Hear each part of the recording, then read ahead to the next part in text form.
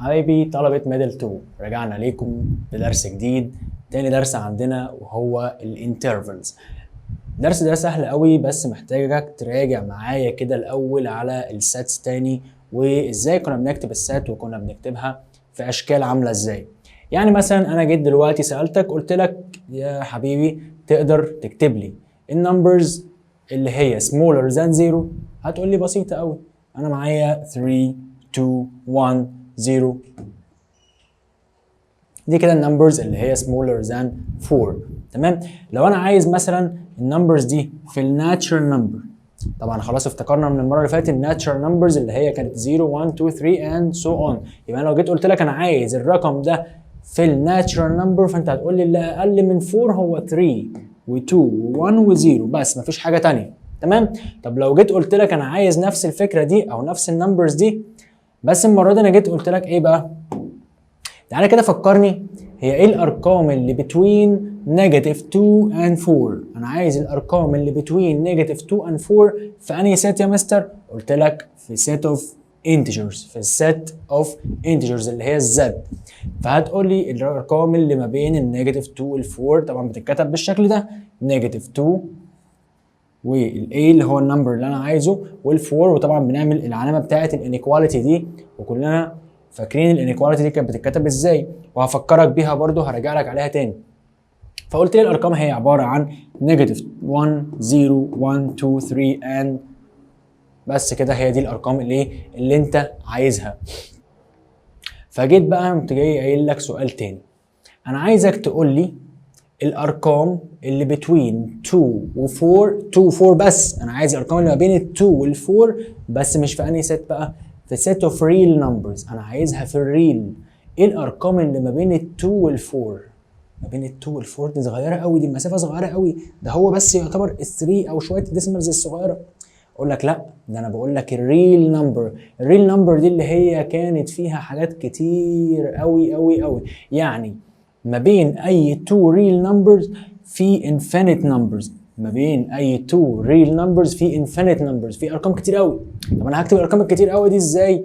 فقلت لك الموضوع بسيط قوي، انت هتستخدم حاجه اسمها انترفال. انترفال يعني ايه؟ فتره. انا عايز انترفال اللي هي الفتره اللي هتكتب فيها الارقام، انا عايز الارقام من اول كذا لحد كذا، تكتب بدايتها ونهايتها بس. فالارقام بتاعتنا من اول ال2 لحد ال4، لو جينا رسمنا الانترفال تبقى عامله شبه الشكل اللي قدامي ده. الارقام من كام لكام؟ من 2 ل 4. تمام. وبتكون الانترفال عامله بالشكل اللي قدامنا ده. طب نراجع بقى كده زي ما قلت لك ايه على اشكال الانيكواليتي كانت عامله ازاي. الانيكواليتي مثلا لو جيت قلت لك ان معايا x smaller than 3، الاكس دلوقتي ايه؟ smaller than 3، وقلت لك ان هي مثلا belong to الزد اهو. فهتقول لي الارقام اللي اقل من 3 هي 2 و1 و0 ونيجاتيف 1 ولا لا لا لا لا وهكذا، في ارقام تانية كتير. تمام، كلام جميل قوي. طب لو عايز نفس الفكره، انا عايز الاكس تكون smaller than or equal 3 في نفس الزد برضه، انا بس براجع معاك الاشكال كانت عامله ازاي بتاعه الانيكواليتي. فالارقام ايه الفرق اصلا ما بين دي ودي؟ الفرق هنا حاجه بسيطه قوي، ان هي ده ما فيهوش ال3، انا بدات من اللي اقل من ال3 على طول، لكن هنا انا هاخد ال3 معايا، يعني العلامه دي الصغيره دي الشرطه دي بتخليك تاخد الرقم نفسه معاك. يعني ايه؟ يعني هتقول لي انا معايا 3 معايا 2 معايا 1 0 نيجاتيف 1 and so on تاني. تمام كده؟ في حاجه، في مشكله في الكلام ده؟ لا مفيش اي مشكله، والموضوع ايه؟ بسيط خالص. طيب نفس الفكره نكمل. لو جيت قلت لك انا عندي x بس المره دي greater than 3 وفي الزد برضو، هتقول لي الارقام اللي اكبر من 3 هي 4 5 6 and so on، في ارقام تانية كتير. طب انا عايز نفس الكلام x greater than or equal 3، هتقول لي يبقى 3 معايا، طالما شفت العلامه دي يبقى ال3 معايا، وهاخد اللي بعده ال4 وال5 وال6 and so on. بس كده؟ ده اللي انا كنت عايز افكرك بيه. تعالى بس نفتكر حاجه تانية. لو كانت الانترفال بقى او الانيكواليتي اللي احنا بنتكلم عليها دي دلوقتي ليميتد، محدوده ما بين حاجتين، يعني جيت قلت لك ان الاكس اهي، الاكس دي greater than 2 sorry smaller than بقى 2، الاكس smaller than 2 و greater than negative 3. تمام. وعايز الارقام اللي موجوده برضو في الزد، مش هصعبها عليك دلوقتي، الارقام ايه في الزد، الاكس دلوقتي belong to زد. هتقول لي الارقام اللي ما بين النيجاتيف 3 وال2 هي مين؟ هي نيجاتيف 2 نيجاتيف 1 0 1. لاحظ ان انا هنا ولا اخدت الرقم ده ولا اخدت الرقم ده، الاثنين دول ما خدتهمش. ليه؟ عشان انا ما حطيتلكش العلامه دي. العلامه دي لو كانت موجوده كنت اخدت الرقمين معايا، يعني هي اهو نفس الكلام بس كده، يبقى ساعتها هتاخد النيجاتيف 3 نفسها معاك وهتاخد ال2 معاك. تمام. طب انت عايز توصل لايه يا مستر؟ عايز اوصلك بس ان انت تبقى فاكر شكل الايه الانيكواليتي دي كانت بتبقى عامله ازاي. تمام. فعندنا بقى الانترفال دي قلنا يعني فتره، حاجه يعني الارقام بتبقى موجوده في فتره معينه. تمام. فهنيجي مثلا ناخد نفس الانيكواليتي اللي قلنا عليها اللي هي من نيجاتيف 3 لحد 2. تمام. وجينا مثلا عملنا كده من عند واحده والثانيه سبناها كده.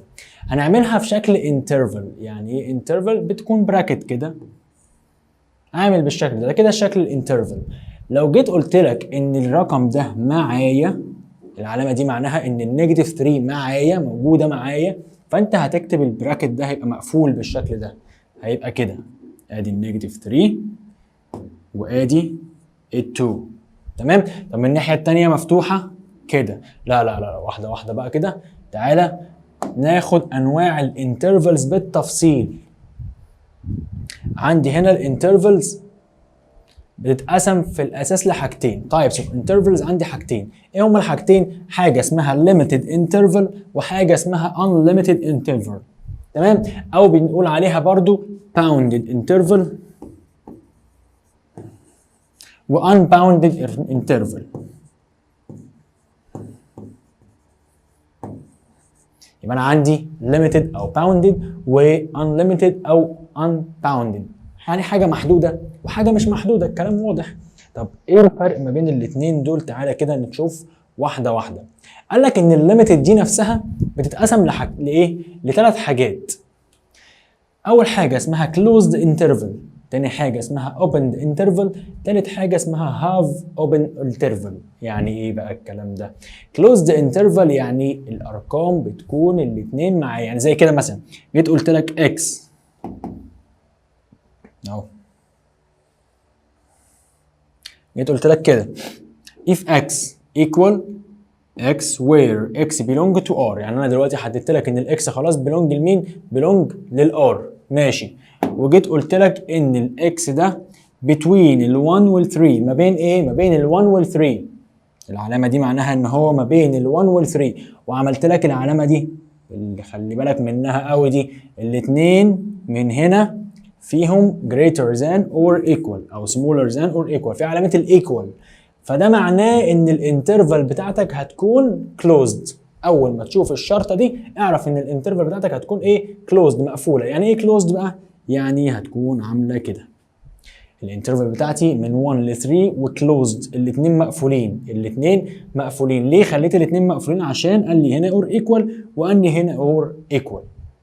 طب جات لي بالشكل الثاني، انا عندي هنا انترفال بيقول لي برده من 1 ل 3 بس ما قاليش هنا اور ايكوال وما قاليش برده هنا اور ايكوال، ساعتها هتكون الانترفال بتاعتك اوبند، مفتوحه من ناحيتين. يعني ايه اوبند بقى؟ يعني الرقم ده مش معاك والرقم ده مش معاك، ولا ال1 معايا ولا ال3 معايا. لو جيت مثلا قلت لك عرف لي الارقام اللي بين 1 و3 هتقول لي هو ال2 مثلا لو بتكلم في الناتشرال. لكن في الريل في ارقام كتير قوي ما بين ال1 وال2، في ارقام كتير ما بين ال2 وال3، في ارقام كتير، فانت مش هتعرف تكتب كل دول، فبنعملها في شكل ايه؟ الانترفال اللي احنا قلنا عليها دي. تمام. يبقى انا عندي دلوقتي اول حاجه الكلوز، تاني حاجه الاوبن. طب ايه هاف اوبن دي؟ هاف دي يعني نصها مفتوحه ونصها مقفوله يعني، تمام. هيجي لك واحده مثلا فيها اور ايكوال وواحده ما فيهاش، فانت اللي عندها اور ايكوال بتقفل واللي ما عندهاش بتفتح بس. طب لو حبيت ارسم الكلام ده على النمبر لاين، ومهم قوي موضوع النمبر لاين ده لازم تتدرب عليه كويس قوي، ان شغل الدرس كله هيبقى في النمبر لاين. عندي الانترفال الاولانيه احنا قلنا ان هي ايه؟ ان هي كلوزد، تمام. عايزين نرسم الانترفال الاولانيه دي على النمبر لاين. هنرسمها ازاي؟ زي ما هو قدامك كده، هتكتب الارقام بتاعتك ومش محتاج انك ترقم النمبر لاين كله، لا انا بكتب بس مجرد الرقمين اللي انا عايزهم، يعني من 1 ل 3 هكتب 1 و 3 بس، تمام. ادي ال 1 وادي ال 3، وهعمل سيركل. السيركل دي خلي بالك هي هنا مقفوله. ليه هي مقفوله؟ لان الانترفال كانت كلوزد. مهم قوي اعرف هي مقفوله كده ولا مفتوحه كده، تمام. يعني التظليله الصغيره دي كده لو ما ظللتهاش هتنقص، ماشي. ومن هنا برضو عند ال 3 مقفوله اهي، تمام. وهوصل ما بينهم. ليه وصلت ما بينهم؟ لان انا عايز الارقام اللي في النص برضو ما بينهم، انا مش هاخد ال1 وال3 بس، لا ده انا هاخد اللي ما بينهم، تمام. يعني الحته دي كده كلها معايا، ماشي. ده بالنسبه للنمبر لاين للانترفال الايه الكلوزد. طب لو كانت اوبن نفس الفكره، هترسم السيركل من هنا والسيركل من هنا، بس هتسيبها اوبن، ولازم توصل ما بينهم. هتاخد اللي ما بينهم. ليه؟ لانها انترفال، دي فتره انا عايز الارقام اللي ما بينها كلها. نفس الفكره هنا، هتعمل واحده مفتوحه وواحده مقفوله، الموضوع بقى خلاص ما فيهوش اي حاجه، تمام. طيب تاني نوع عندي اللي هو الانليميتد او الانباوندد، زي ما قلنا بيقولوا عليها هنا باوندد او ليميتد، تمام. بيتعمل في ايه الانباوندد او الانليميتد دي؟ هي مش محدوده، ملهاش نهايه. طب ازاي ملهاش نهايه؟ زي مثلا لما اجي اقول لك قول لي ايه هي الارقام اللي greater than or equal to، هتقول لي greater than or equal to، يبقى انا هاخد ال2 معايا عشان انت قلت or equal، وهتاخد ال3 وال4 وال5 وهكذا بقى and so on، انت مكمل، انت رايح اسوان، تمام. فهنا في الحاله دي هنعمل ايه؟ هنحط العلامه دي. العلامه دي اسمها infinity. infinity يعني الى ما لا نهايه، انت مكمل الى ما يشاء الله، مكمل مش هتخلص، تمام. دي علامه الايه؟ الانفينيتي. يبقى انا دلوقتي مبدئيا كده انا عملتها مقفوله من هنا. ليه؟ عشان هو قال لي اور ايكوال، تمام.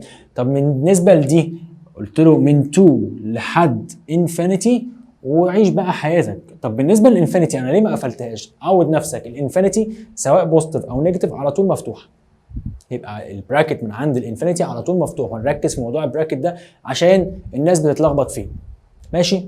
طب هنا نفس الكلام unlimited، قال لي انا عايز الارقام اللي smaller than 3، الاكس هنا smaller than 3. طب مين اللي اقل من ال 3؟ يبقى انا هرجع بقى 2 1 0 نيجاتيف نيجاتيف نيجاتيف نيجاتيف نيجاتيف نيجاتيف، انت عمال بتروح على ايه؟ على النيجاتيف. فهنا في الحاله دي هتبدا بالنيجاتيف الاول. انا في الانترفال لازم تكون مترتبه، الصغير الاول بعد كده الكبير.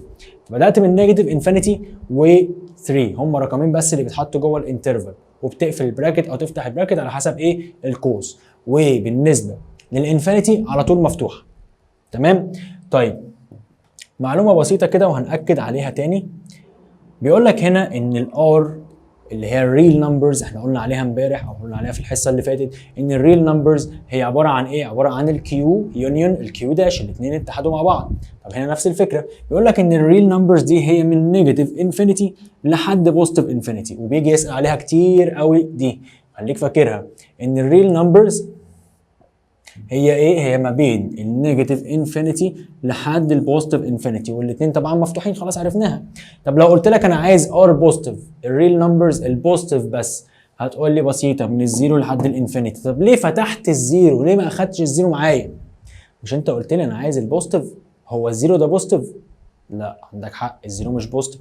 الزيرو ده نيجاتيف؟ لا برضه مش نيجاتيف. فعشان كده انا فتحت ايه؟ العلامه من عند الزيرو. الزيرو ولا بوزيتيف ولا نيجاتيف. فلما اجي اقول لك ار نيجاتيف نفس الفكره، هتقول لي من نيجاتيف انفينيتي لحد زيرو والاثنين مفتوحين، تمام.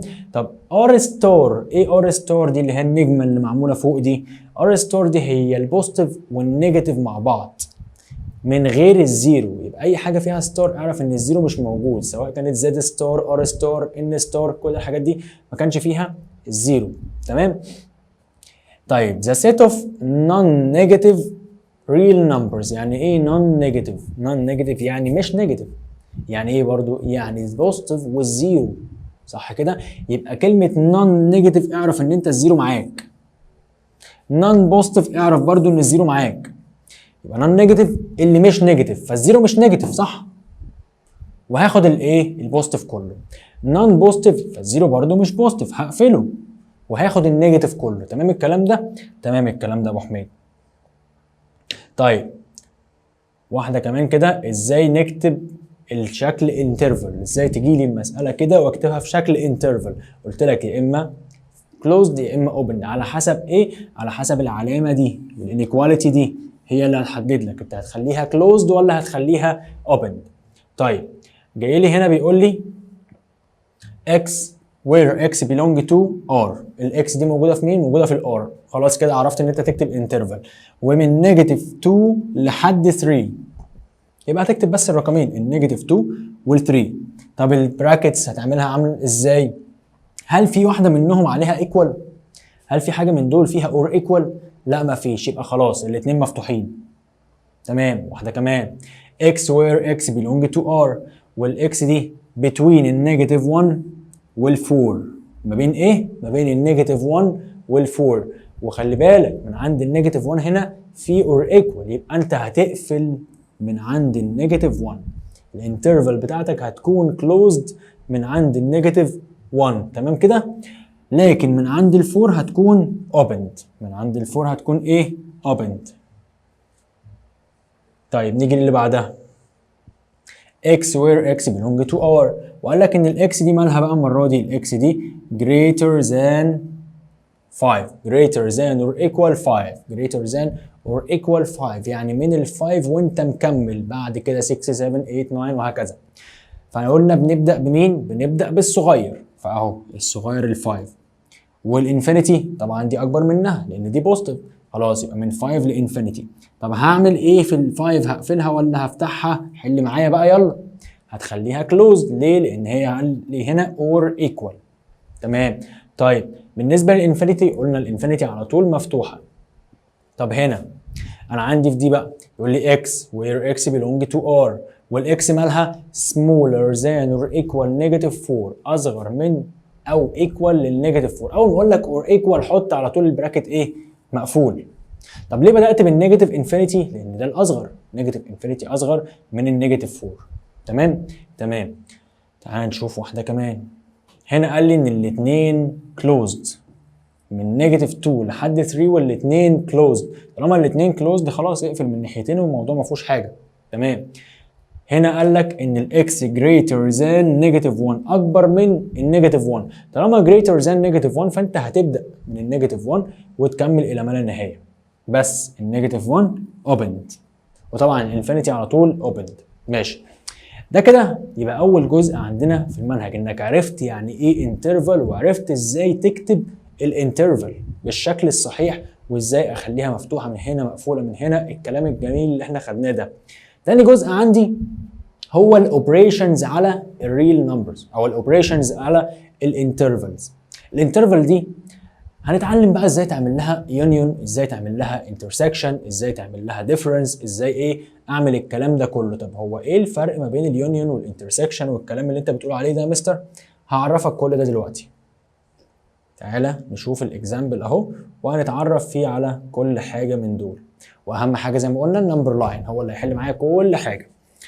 دلوقتي لما كنا بنقول انا عايز الاكس انترسكت الواي، فكلمه انترسكت دي يعني ايه؟ يعني المشترك. يبقى انترسكت دي معناها ايه؟ معناها المشترك.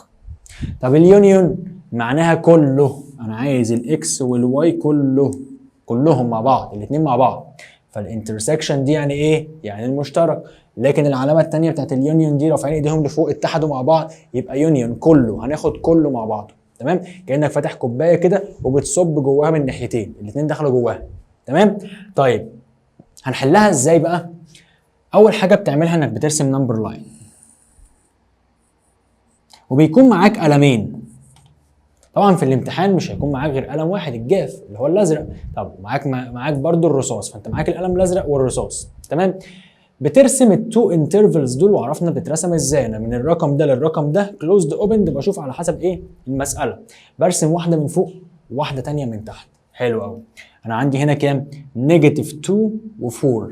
من نيجاتيف 2 ل 4. اهم حاجه بس تحط الارقام صح على النمبر لاين، يعني ما حدش يقول يحط لي ال4 هنا ويحط لي النيجاتيف 2 هنا، لا النيجاتيف بيكون على الشمال. وعندي رقم تاني ال1 وال6، فهحط الاربع ارقام دول، عايز ترقمها كلها از يو لايك، بس انا بجيب لك الايه المنجز منه. عندي 1 و6 ونيجاتيف 4 وايه ونيجاتيف 2 قصدي و4. فهنبدا نحط الارقام بتاعتنا. اصغر واحد عندنا هو النيجاتيف 2، بعد منه عندي ال1، بعد منه حاول تخلي الارقام تحت شويه كده بس عشان ايه نعرف نرسم. ادي النيجاتيف 1 اهي، وادي النيجاتيف قصدي 2، وادي ال1، وعندنا ايه الرقم اللي بعديه؟ عندي ال4. اهم حاجه تحط ارقامك بالترتيب زي ما قلنا، واخر حاجه عندنا هي ال6. ماشي، هناخد اللونين اللي احنا قلنا عليهم وابدا ارسم الانترفال الاولانيه من كام لكام؟ من نيجاتيف 2 لحد 4. هرسمها من فوق. هرسمها ازاي؟ نيجاتيف 2 ده اوبند ولا كلوزد؟ كلوزد. هترسم سيركل صغيره كده، ما تعمليش سيركل كبيره، وتعملها كلوزد، تلونها بالشكل ده. تمام. طب ال4 كلوزد برضه، تعمل سيركل وتخليها برضه كلوزد. حلو الكلام، حلو الكلام. وبعد كده توصل الاثنين دول ببعض. بس دي الانترفال. بس تلون في الحته دي، خليها متلونه كده، لان الانترفال انا باخد الارقام اللي ما بينهم.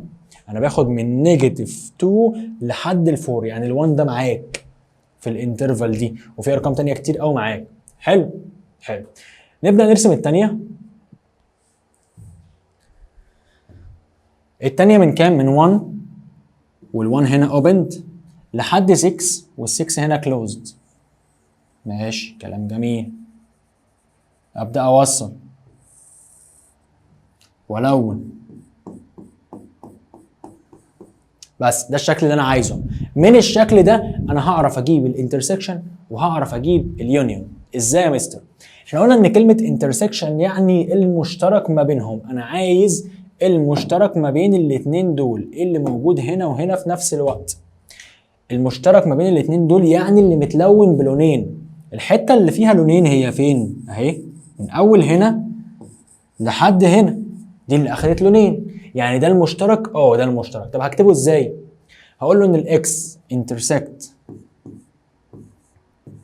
الواي هي من اول ال1 لحد ال4، من اول ال1 لحد ال4. واهم حاجه تركز فيها هي البراكت. البراكت لو غلط انت كده تعتبر ما حلتش وما عملتش حاجه.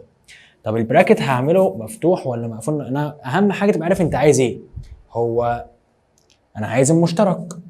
طب هل ال1 ده مشترك في الناحيتين، موجود فوق وتحت؟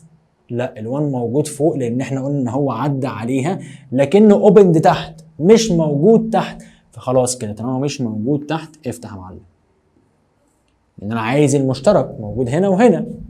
طب بالنسبه لل6 ال4 قصدي ال4 موجوده فوق وموجوده تحت، خلاص اقفل من عند الايه ال4. ده كده الانترسكشن. طب اليونيون جميل قوي. اليونيون بتاخد من الاول للاخر، من البدايه للنهايه. بدايتك كانت نيجاتيف 2 ونهايتك كانت 6. تمام. طب البراكت مقفول ولا مفتوح؟ اللي مقفول هتسيبه مقفول، واللي مفتوح هتسيبه مفتوح. الموضوع يعني ايه في اليونيون ده اجمل حاجه. الاثنين كانوا مقفولين اهو، شكرا. تمام. ده كده بالنسبه لايه؟ للانترسكشن ولليونيون. هنحل عليها كتير قوي، دي لازم تتدرب عليها كويس قوي، لان هو ده الدرس. هو السؤال بتاع الدرس بيجي في الحته دي. واحده كمان اهو، بيقول لك انا عايز الاكس انترسكت الواي، وعايز الاكس ديفرنس الواي، ونفس الكلام الواي ديفرنس الاكس. يعني ايه ديفرنس؟ ديفرنس يعني اللي موجود في اكس ومش موجود في واي. كلمه ديفرنس دي يعني اللي موجود هنا ومش موجود هنا. يبقى اللي موجود اكتبها عندك في اكس ومش في واي. ده معنى ايه؟ معنى ان الاكس ديفرنس الواي، ده معناها نفس الكلام من الناحيه الثانيه. الواي ديفرنس الاكس يعني اللي موجود في واي ومش موجود في اكس. تمام. بدايتنا هنعملها ازاي؟ بالنمبر لاين. ادي النمبر لاين اهو، احط الاربع ارقام بتوعي عليهم وابدا. طبعا هنا بيكون نيجاتيف انفينيتي، انت مكمل لحد نيجاتيف انفينيتي، وهنا بتكون البوزيتيف انفينيتي. تمام. شوف الارقام اللي عندك، انا عندي 4 وعندي نيجاتيف 2 وعندي 7. مين اصغر واحد؟ اصغر واحد هو النيجاتيف 2 اهو. بعد كده عندي ال4 اهو. بعد كده عندي ال7 اهو. حلو. ابدا ارسم الاكس وارسم الواي. الاكس عامله ازاي؟ الاكس هنا من نيجاتيف انفينيتي لحد 4. من نيجاتيف انفينيتي لحد 4 يعني هعمل سيركل عند ال4 بس. ناخد اللون الاولاني احمر مثلا، هعمل سيركل عند مين؟ عند 4 بس. طب ال4 دي كلوزد ولا اوبن؟ كلوزد، خلاص لونها. تمام. طب ازاي بقى هقول له لحد انفينيتي او لحد نيجاتيف انفينيتي؟ هتعمل سهم مكمل كده وربنا معاه اهو. السهم كده ماشي مع السهم ده، مطرح ما يوصل هيوصل معاه. ولون الحته دي، لازم تاخد اللي ما بينهم عشان دي انترفال. طب اللي بعدها انا عندي من نيجاتيف 2 لحد 7. من نيجاتيف 2 لحد 7 هبدا ارسم الانترفال الثانيه. خلي الارقام تحت شويه عشان تعرف ايه ترسم الانترفال. ادي النيجاتيف 2 وادي ال 4 وادي ال 7. يبقى انا عايز من نيجاتيف 2 لحد 7 والاثنين كلوزد اهو. لون ده لون ده، وصل ما بينهم، ولون ايه اللي في النص. كده انا رسمت الرسمه اللي هتحل معايا المساله. الرسمه دي هي اللي هتحل لك المساله. طب انت عايز ايه؟ انا عايز الانترسكشن الاول. اول حاجه طلبتها منك هي الانترسكشن. طب ايه المشترك ما بين الاثنين دول؟ المشترك ما بين الاثنين دول الحته دي الحته المشتركه. يعني من كام لكام؟ بص كده عليها وقول لي. المشترك عندنا من نيجاتيف 2 لحد ال4.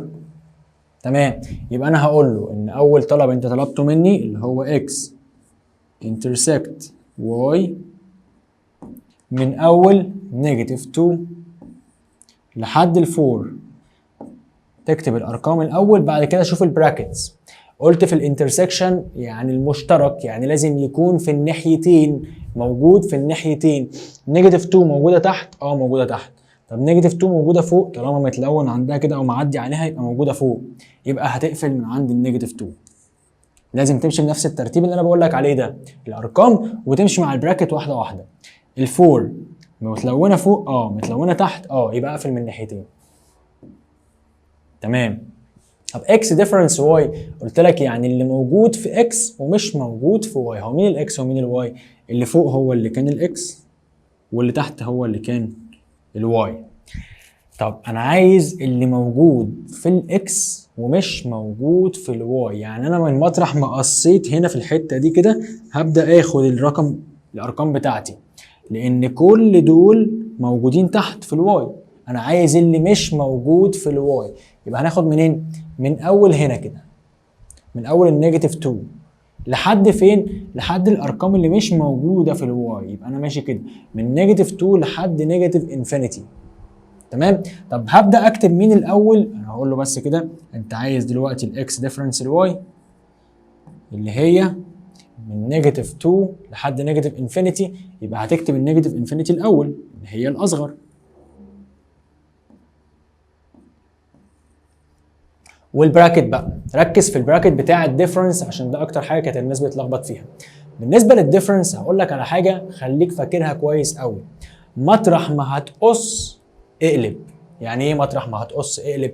يعني انا دلوقتي قصيت من الحته دي، قصيت هنا، اقلب. يعني ايه بقى اقلب؟ هي هنا كانت كلوزد، خليها اوبند بس كده. اصعب حته اللي هي الناحيه اللي انت بتقص منها دي اللي بتلخبط، والناحيه الثانيه زي ما هي. يعني ايه زي ما هي؟ هو هنا رايح للانفينيتي والانفينيتي على طول اوبند بس كده. شكرا. يبقى مطرح ما هتقص هتعمل ايه؟ هتقلب. تعال نشوف الثانيه. عايز المره دي واي ديفرنس الاكس. هقول له الواي ديفرنس الاكس هي عباره عن انا هقص المره دي من هنا، اللي عايز اللي موجود تحت في التيم الازرق ده ومش موجود في التيم الاحمر. يبقى احنا قلنا ايه؟ اللي موجود تحت في الازرق ومش موجود فين؟ مش موجود في اللي فوق في الاحمر ده. وقلنا ان هو من كام لكام؟ من اول نيجاتيف، من اول الفور لحد السفن. يبقى انا هاخد من الفور لحد السفن اهو.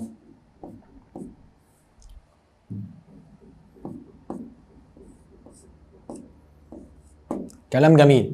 طيب البراكتس هتتعمل ازاي؟ احنا قلنا دلوقتي مطرح ما ايه؟ مطرح ما بتقص بتقلب، مطرح ما بتقص بتقلب. انا قصيت من هنا فهقلب العلامه دي، كانت مقفوله خليها مفتوحه، يعني الفور هتبقى مفتوحه. طب الناحيه الثانيه زي ما هي، ال7 هتسيبها زي ما هي كانت كلوزد سيبها كلوزد. واحده كمان لازم تحل كتير قوي عليها، وعلى فكره الدرس خلاص خلص، انا بس بحل بدربك على الافكار، فانت حضرتك ما تقعدش متفرج كده، انت تمسك قلم وتشتغل معايا يا حماده.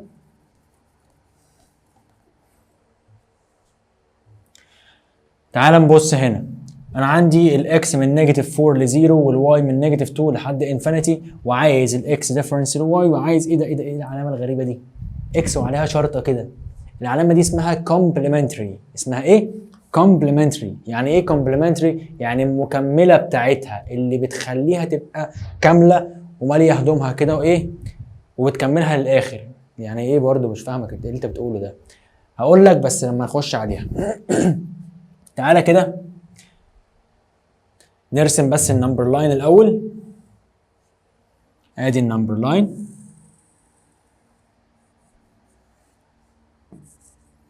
عندنا ايه الارقام بتاعتنا؟ عندي نيجاتيف 4 و0 ونيجاتيف 2 وانفينيتي. طبعا ده هنا بدايتك هي النيجاتيف انفينيتي ونهايتك هي البوزيتيف انفينيتي. تمام. نيجاتيف 4 اصغر ولا النيجاتيف 2؟ النيجاتيف 4 اصغر، خلاص يبقى تبدا بالنيجاتيف 4. بعد كده النيجاتيف 2 والزيرو طبعا اهو في النص، وخلاص مفيش حاجه ثانيه مش محتاج اكمل. تمام. نفس الغلطه، كتبت الارقام فوق، نزلها تحت شويه عشان تعرف ترسم السيركلز بتاعتك. ادي النيجاتيف 4 وادي النيجاتيف 2 وادي الزيرو. ماشي. هبدا ارسم الانترفال الاولى واللي هي من نيجاتيف 4 لحد 0، والزيرو بس هو اللي كلوزد. يبقى الزيرو اهو كلوزد، ترسم السيركل وتقفلها كده، والنيجاتيف 4 اوبند وتوصل يا باشا ما بينهم ولون بقى كده في النص. ماشي. الثانيه من نيجاتيف 2 لحد انفينيتي، من نيجاتيف 2 والنيجاتيف 2 هنا كلوزد. تعالى ناخد لون تاني.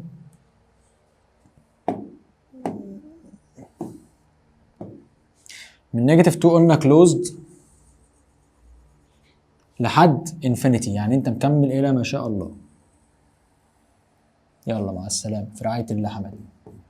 لون كل ده وتعال نشوف اول طلب. اول طلب انا قال لك انا عايز اكس ديفرنس واي. لازم تبقى فاهم يعني ايه اكس ديفرنس واي، يعني اللي موجود في اكس ومش موجود في واي، اللي موجود في الاكس ومش موجود في الواي. الاكس احنا عملناها فوق والواي احنا عملناها تحت.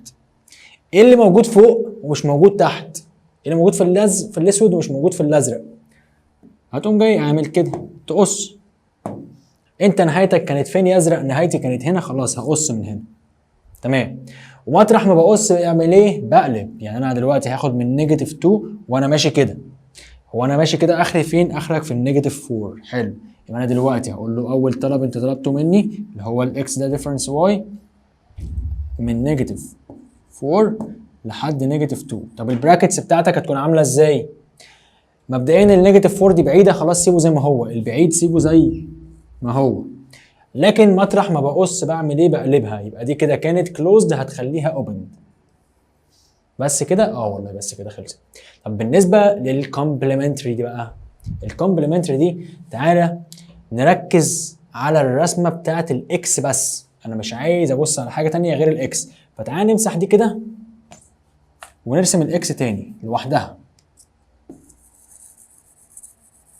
طبعا الرسمه بتاعتك ما ينفعش تمسحها في الامتحان، انت بتسيب الرسمه ايه قدامك وهعلمك ازاي تطلعها الكلام ده منها. يعني ممكن ترسمها رسمه ثانيه الاكس دي لوحدها على جنب ليك انت عشان تعرف تجيب منها الكومبلمنتري. تعالى نرسم النمبر لاين ونحط عليه الاكس بس. الاكس بتاعنا كان من كام لكام؟ كان من نيجاتيف 4 لحد الزيرو، وكانت النيجاتيف 4 اوبند والزيرو كلوزد. بس كده.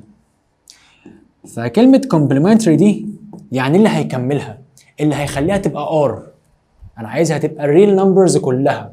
فايه اللي هيكملها لي؟ اللي هيكملها لي ان انا هاخد كل الارقام اللي مش موجوده فيها من اول هنا كده وانا ماشي كده، ومن اول هنا وانا ماشي كده.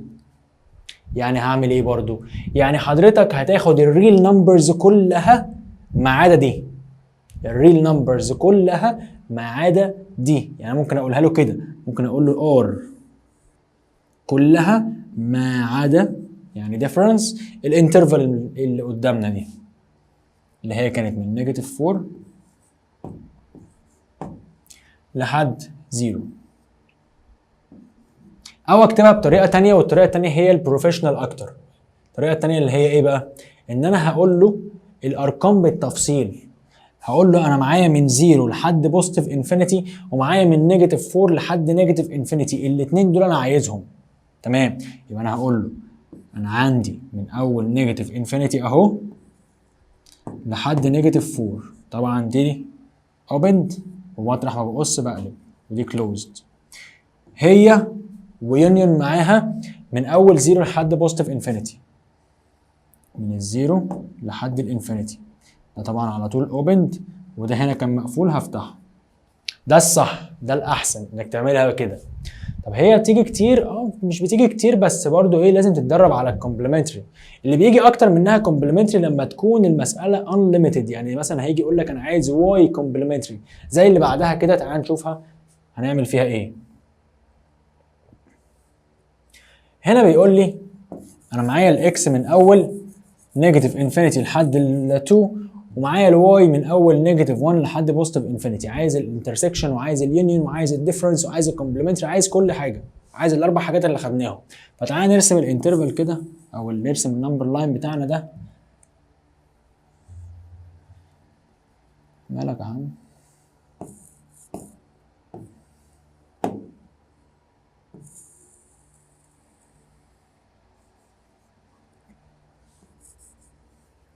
ايه الارقام بتاعتك؟ انا ما عنديش غير رقمين، النيجاتيف 1 وال 2. ادي النيجاتيف 1 وادي ال 2. تمام. عندك النيجاتيف انفينيتي طبعا عارفينها، والبوزيتيف انفينيتي عارفين مكانها. ماشي.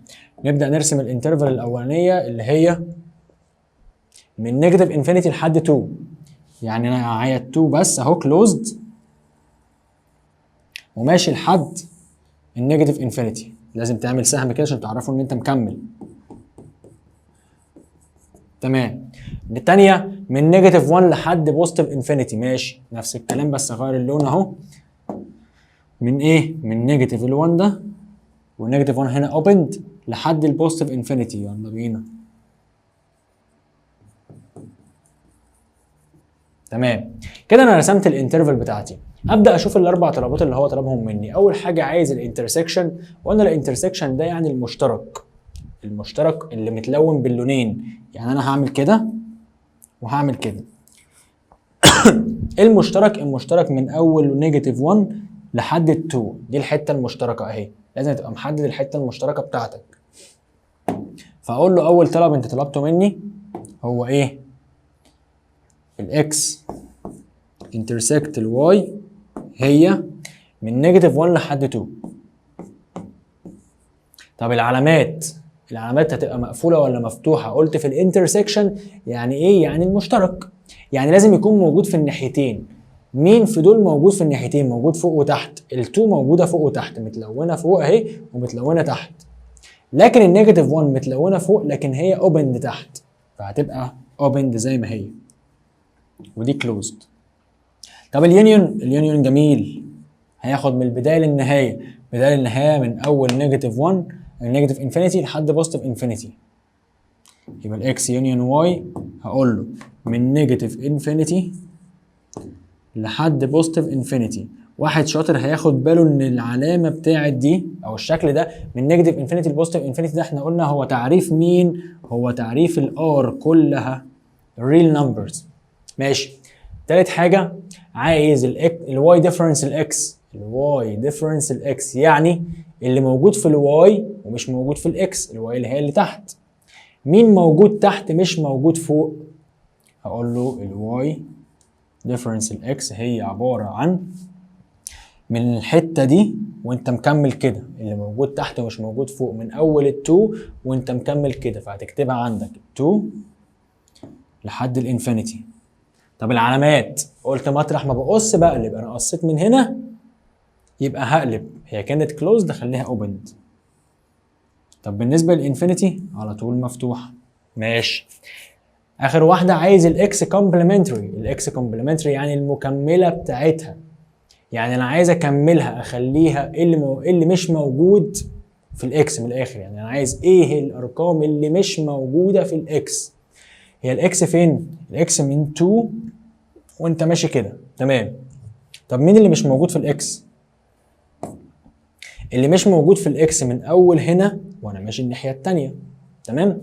يعني انا هقص من هنا كده، انا عايز من اول ال2 وانا ماشي الناحيه الثانيه كده، يبقى الاكس كومبلمنتري هقول له من ايه؟ من اول ال2 وانا ماشي الناحيه الثانيه لحد البوزيتيف انفينيتي. طبعا الانفينيتي على طول خليها مفتوحه. طب دي مقفوله ولا مفتوحه؟ اشوف بقى، انا عايز اللي مش موجود. هل هو موجود؟ هل هو مقفول؟ مقفول. لا انا مش عايزه، انا عايز اللي مش موجود. اهم حاجه تكون فاهم انت عايز ايه. اللي مش موجود يبقى مش خلاص مش هتاخده. تمام. واحده كمان بقى، بيقول لك الاكس بنيجاتيف 1 و4 والواي ب 4 و7، عايز الانترسكشن وعايز الديفرنس. محدش يكسل في المسائل دي، لازم تحلها معايا واحده واحده كده وتشوف الحل ازاي. ارقامنا ايه؟ ارقامي نيجاتيف 1 4 و7. ادي نيجاتيف 1 اصغر حاجه، وادي ال4 وادي ال7. ماشي. هبدا احط الانترفال الاولى اللي هي الاكس احطها فوق والواي احطها تحت زي ما بنعمل. نيجاتيف 1 كانت اوبند وال4 كانت كلوزد اهو. وصل يا باشا؟ لا وانا كبير. بالنسبه للي تحت من 4 ل 7، ال4 كلوزد. لاحظ ان ال4 متكرره في الناحيتين. تعالى بس كده نعملها بلون تاني. من 4 وال4 برضو كلوزد لحد ال7 وال7 برضو كلوزد. تمام. وصل ولون، لازم تلون اللي ما بينهم عشان دي انترفال. ابدا اشوف اول طلب. اول طلب كان عايز الاكس انترسكت الواي، المشترك ما بينهم. هو ايه المشترك ما بينهم؟ ركز كده وقول لي ايه المشترك ما بينهم. انا كنت بعمل خطين كده وبطلع حاجات كتير. هنا المشترك ما بينهم رقم واحد بس. ايه هو الرقم المشترك ما بينهم ده؟ الفور. طب اكتبها ازاي بقى لما هو رقم واحد بس المشترك ما بينهم؟ هكتبها في ست. يعني ايه هكتبها في ست؟ اقوم جاي اعمل كده اقول له ست، العلامه بتاعت الست دي ست 4. 4 بس هي اللي مشتركه ما بينهم، الرقم 4 بس هو اللي موجود ما بينهم. طب الاكس ديفرنس واي، ايه موجود في الاكس ومش موجود في الواي؟ هقول له من اول 4 وانا ماشي لحد النيجاتيف 1. لا يبقى العكس، هكتب الكبير الصغير الاول. يبقى نيجاتيف 1 لحد ال4. تمام. نيجاتيف 1 كده كده مفتوحه، ومطرح ما هقص انا قصيت من هنا كده عشان اجيب الايه الديفرنس. مطرح ما هقص هقلب، هي كانت كلوزد خليها اوبند. تمام. كلام جميل قوي. طب تعال نبص على اللي بعدها. هنا بيقول لك لو كان الاكس بنيجاتيف 4 لانفينيتي والواي ب 2 و9، انا عايز ده ديفرنس ده وده ديفرنس ده. طيب اهو ادي النمبر لاين. ايه الارقام اللي معانا؟ انا معايا نيجاتيف 4 ومعايا 2 ومعايا 9. ماشي. نيجاتيف 4 هو اصغر حاجه، وبعدها 2 وبعدها 9. ابدا احط الانترفلز بتاعتي نيجاتيف 4 اوبند وعندي لحد انفينيتي. تمام. يبقى انا ماشي كده. تاني واحده عندنا من 2 ل 9، ال2 كلوزد وال9 كلوزد برضه. واقفل يا معلم الانترفال بتاعتك ولونها. حلو الكلام. طيب ايه المطلوب مني؟ المطلوب مني انا عايز الاكس ديفرنس الواي والواي ديفرنس الاكس، يعني اللي موجود في الاكس ومش موجود في الواي. اللي موجود في الاكس ومش موجود في الواي دي حاجات كتير قوي، لان الاكس كبيره. الاكس هنا كبيره قوي. الاكس هنا من اول النيجاتيف 4 لحد الانفينيتي، ففي حاجات من الناحيه دي وحاجات من الناحيه دي. طب هكتبها ازاي؟ هتكتبها الحتتين على حتتين. ازاي؟ هقول له من اول النيجاتيف 4 لحد ال2 ادي حته، ومن اول ال9 لحد الانفينيتي ادي حته، الاثنين دول مع بعض. يبقى انا دلوقتي الاكس ديفرنس الواي هو قلنا من اول النيجاتيف 4 لحد ال2. ركز في البراكت لسه هنعمله بس نخلص الانترفال. ومن اول ال9 لحد الانفينيتي، الانفينيتي على طول مفتوح. طب البراكتس الثانيه بقى ايه الكلام ده بقى هنعمله ازاي؟ من اول نيجاتيف 4 هي كده كده مش موجوده تحت، هي كده كده مش موجوده تحت. انا عايز اللي موجود في الاكس ومش موجود في الواي، خلاص يبقى هتقفلها. طب ال2 موجوده تحت، خلاص مش عايزها يبقى تفتح. طب ال9 انا عايز اللي موجود وفوق ومش موجود تحت، ال9 موجوده مش عايزها، افتح من عندها. تمام؟ لو فهمت انت عايز ايه هتحل بسهوله. طب الواي ديفرنس الاكس، انا عايز اللي موجود في الواي ومش موجود في الاكس. هو في حاجه اصلا موجوده في الواي مش موجوده في الاكس؟ انت شايف حاجه هنا موجوده في الواي ومش موجوده في الاكس؟ الواي كلها جوه الاكس، يعني مفيش، يبقى هقول له في واي. حلو قوي الكلام ده. كده احنا حلينا كل الافكار بتاعه الاساي بروبلمز. المسائل دي بتبقى مهمه وعليها اسئله وعليها درجات كتير. تعال نشوف مسائل الكومبليت او التشوز بتبقى جايه عامله ازاي.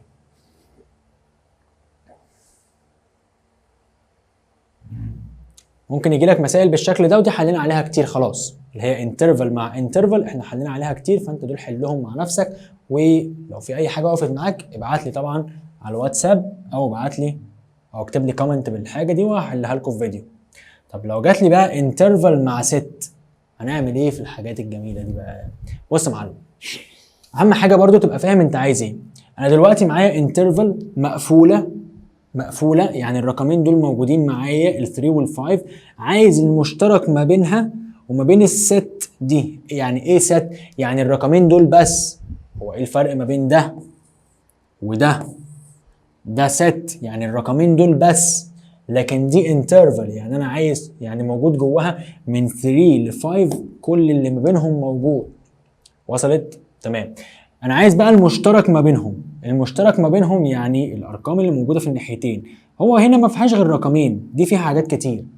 فهبص هنا، هي 3 دي مقفوله وهنا مقفوله يبقى انا هاخد ال3. طب ال5 موجوده هنا وموجوده هنا يبقى انا هاخد ال5. طب هعملها انترفال ولا هعملها ست؟ لا هتعملها ست. يبقى لو كان معايا انترفال انترسكت مع ست انا عايز اشوف ايه الارقام اللي موجوده. هو مفيش غير رقمين فمش محتاج ان انا اعملها انترفال، هم رقمين اتنين بس. طب واحده كمان نفس الرقمين بس الفرق هنا ان دي كانت اوبند، ال3 مش معايا خلاص، 3 هنا مش موجوده فمش هقدر اخدها مع الحاجات المشتركه. كده انا هاخد ال5 بس وبرده في ست. طب هنا ولا ال3 ولا ال5 موجودين، فهعمل ايه؟ هخليها كلوز، هخليها فاي بقى، مفيش حاجه مشتركه. طب هنا بيقول لك ايه المشترك ما بين ال3 و5 الست والانترفال دي؟ انا عايز المشترك ما بين ده وده. هقول له المشترك ما بينهم هو برضو الرقم 3 بس، لان ال5 مفتوحه من الناحيه الثانيه. تمام. تعال نشوفوا بقيه الاكزامبلز.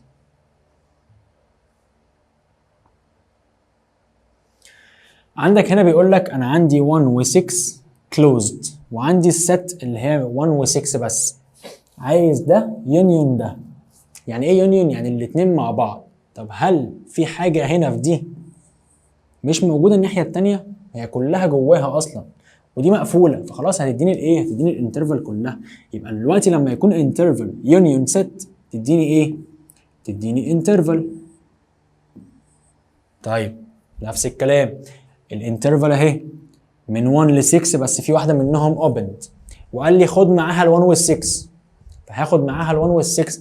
ال6 كده كده موجوده خلاص مش هتفيدني بحاجه، لكن ال1 مش موجوده وانا هخدتها من هنا، فهتخليني اقفل الانترفال دي. تمام. نفس الكلام الست المره دي مفتوحه من ناحيتين، ركز فيها عشان ايه متتلخبطش، مفتوحه من ناحيتين، وقال لك خد معاك ال1 وال6، يعني ال1 هنا ما كانتش موجوده وال6 ما كانتش موجوده، قال لك خدهم يا معلم. هتعمل ايه؟ هتقفل، هتقول لي ال1 وال6 خلاص كده بقوا موجودين، فانا هقفل الانترفال، قفلنا الدكانه خلاص شطبنا. نفس الكلام السيت انترسكت يونيون مع الانترفال دي، هي ال6 هنا ما كانتش موجوده واخدتها من هنا، فهتقفل الانترفال، يبقى ال1 وال6 مقفولين. حلو قوي الكلام ده. نيجي هنا يقول لك 3 و5 كلوزد، انا عايز بقى المره دي ديفرنس، ركز في الديفرنس عشان ما تتلخبطش. انا عايز اللي موجود هنا ومش موجود هنا. ايه اللي موجود في دي ومش موجود في دي؟ لا ده في حاجات كتير قوي. هي دي فيها ايه اصلا؟ الانترفال فيها من 3 لحد 5، لكن دي ما فيهاش غير الرقمين اللي هم 3 و5. يا رب تكون مركز معايا وعارف اللي انا بقوله ده او فاهم الفرق ما بينهم. دي من اول ال3 لحد ال5 بالارقام اللي في النص كلها، لكن دي ما فيهاش غير رقمين اتنين، ال3 وال5. فلما اجي اقول لك ايه موجود في الانترفال دي ومش موجود في الست، هتقول لي لا ده في حاجات كتير. ايه الحاجات الكتير؟ هقول لك من اول 3 لحد 5 برضه هم نفس الرقمين، بس انا مش عايز بقى 3 وال5 نفسهم، لا انا عايز اللي في النص. هو قال لك خد اللي في ايه؟ اللي في النص، يبقى هتخليها اوبن. تاني ايه موجود في دي ومش موجود في دي؟ هتقول لي ما هي 3 موجوده وال5 موجوده، هقول لك هو اللي في النص موجود، تقول لي لا، يبقى تكتب الانترفال وتاخد اللي في النص. يعني ايه اخد اللي في النص؟ يعني خليها اوبند، واحده زيها من اول 3 لحد 5 بيقول لك ايه موجود هنا ومش موجود هنا. موجود هنا ومش موجود هنا، هقول له نفس الفكره بالظبط، من اول 3 لحد 5.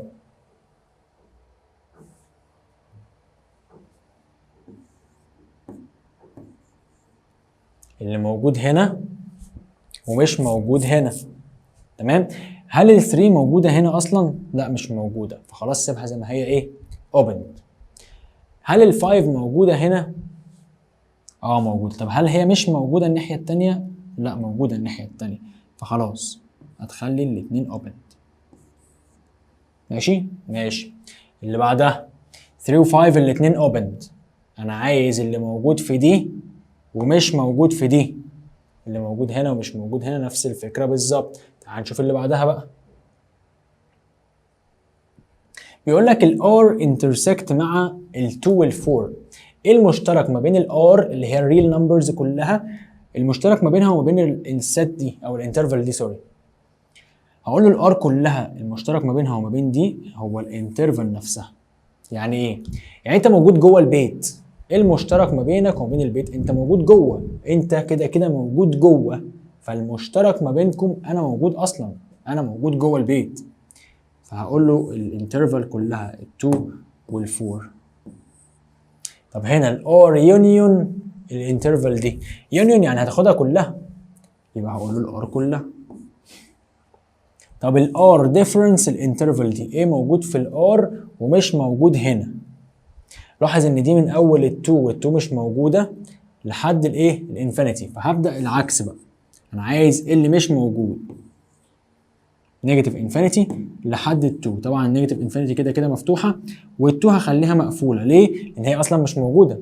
دي زيها زي الكومبلمنتري بالظبط، زي الاسئله بتاعت الكومبلمنتري. هنا ايه موجود؟ او هناخد الار بوزيتيف انترسكت مع الانترفال دي.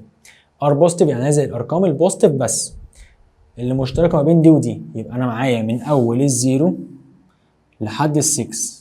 طب هو الزيرو بوزيتيف ولا نيجاتيف؟ لا ولا بوزيتيف ولا نيجاتيف، يبقى خليه مفتوح. لحد ال6 هي كده كده كانت مقفوله، فخلاص خليها مقفوله لان انا عايز المشترك. هنا ار بوزيتيف يونيون الست دي، انا عايز الار بوزيتيف مع الست دي، فهنبدا من اول النيجاتيف 2 زي ما هي، انا هزود عليها الار بوزيتيف، يعني هاخد البوزيتيف كله يبقى لحد انفينيتي. ار بوزيتيف ديفرنس الست دي، ايه موجود هنا في الار بوزيتيف ومش موجود هنا؟ هقول له اللي موجود من اول 4 لحد الانفينيتي. الفور هنا ما كانتش موجوده، خلاص هتقفلها، والانفينيتي مفتوحه. وبكده نبقى خلصنا اول حلقه عندنا، او سوري تاني حلقه عندنا اللي هي، وبكده نبقى خلصنا تاني حلقه عندنا اللي هي نتكلم عن درس الانترفلز. كان معاكم مستر احمد السيد، ما تنساش تعمل لايك وسبسكرايب للقناه، وسلام.